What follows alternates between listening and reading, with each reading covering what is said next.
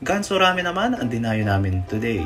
Kasama pa rin ang tropa sa kadahilan ng birthday ng isa nating kasamahan. Siyempre, dito pa rin yan sa Nagahamachi, Fukuoka City, Japan. Mga nag-crave sa ramen at saka para maiba naman daw. Siyempre, dahil katapusan na naman, siyempre di mawawala ang McDonald's sa atin dyan. Pero instead na makipagsiksikan sa store, nagpa-deliver na lang kami. Para sa mga first time sa Japan, here's how. Open your app store and type McDonald's Japan. Kung nakapagpa-food delivery ka na sa Pilipinas, madali na lang para sa ito. Once installed, open mo lang yung app and then mag-sign up ka lang. You can use your Facebook, Apple ID, or Gmail. Once registered, click mo lang yung delivery para sa address mo. To set your address, add new address lang ang dapat mo i-click at sagutan mo lang kung ano yung inihing requirements sila.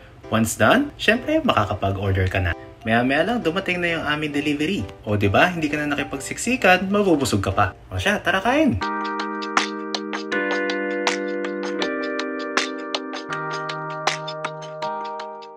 Siyempre, papayag ba tayo na yun lang? Araw ng Sabado pagkatapos mamalengke, gasto naman ang aking napagtripan. Nabutan tayo ng lunchtime kaya napilitan tayo magantay. After 10 minutes to 15 minutes na pagkukuya ko dito sa isang tabi, nakaupo na rin naman agad tayo.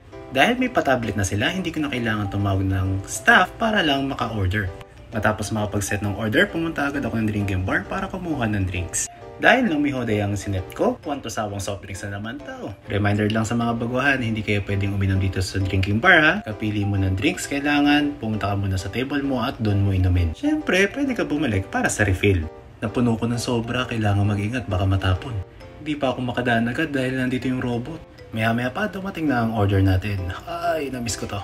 At dahil lampas alauna na nga ito, ako ikatala sa gutom. Ang totoo niyan, hindi talaga ako kumain ng almusal para sa moment na to.